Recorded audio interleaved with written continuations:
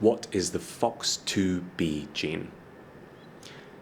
Phox2b is the only known gene associated with CCHS, and disease-causing changes in the gene Phox2b are diagnostic for CCHS.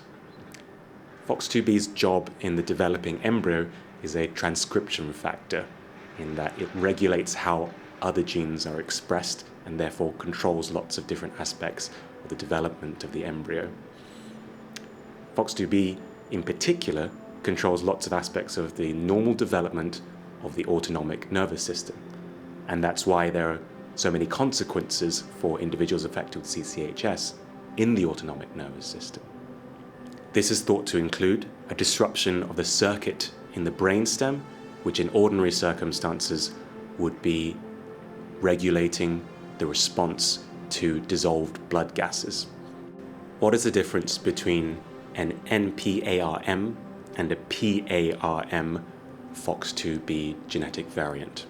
The majority of individuals with CCHS have a particular type of genetic change in the gene Phox2b called a polyalanine repeat motif, a PARM or PARM. A minority have a genetic change of the type called a non-polyalanine repeat motif, also called an NPARM. What's the difference between those two? A polyalanine repeat motif means there's an abnormal number of extra repetitions of the genetic sequence coding for alanine, meaning that there's a abnormally large region of alanine, alanine, alanine, alanine in the protein sequence. An analogy could be that this is a sentence, "The cat sat on the mat," and the polyalanine repeat motif would look like "the cat sat on the mat, mat, mat, mat, mat, mat," over and over again, causing an abnormal version of the protein. In the NPARM, non-polyalanine repeat motif genetic variants, there can be any other type of genetic change that is just not that kind, that is a polyalanine repeat motif. For example, instead of "the cat sat on the mat," you might have a change that makes it "the bat sat on the mat."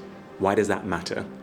The reason why there's this distinction between PARMs and NPARMs is that their clinical features can be quite different, and that helps us to tailor the care and screening and surveillance of individuals with CCHS to the particular genetic change that they have. For instance, children with non-polyalanine repeat motifs actually have a lower risk of cardiac asystole.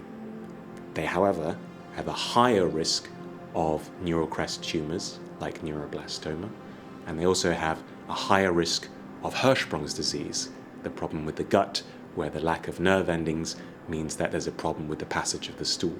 They're also thought to be at higher risks of problems with the pupil's response to light.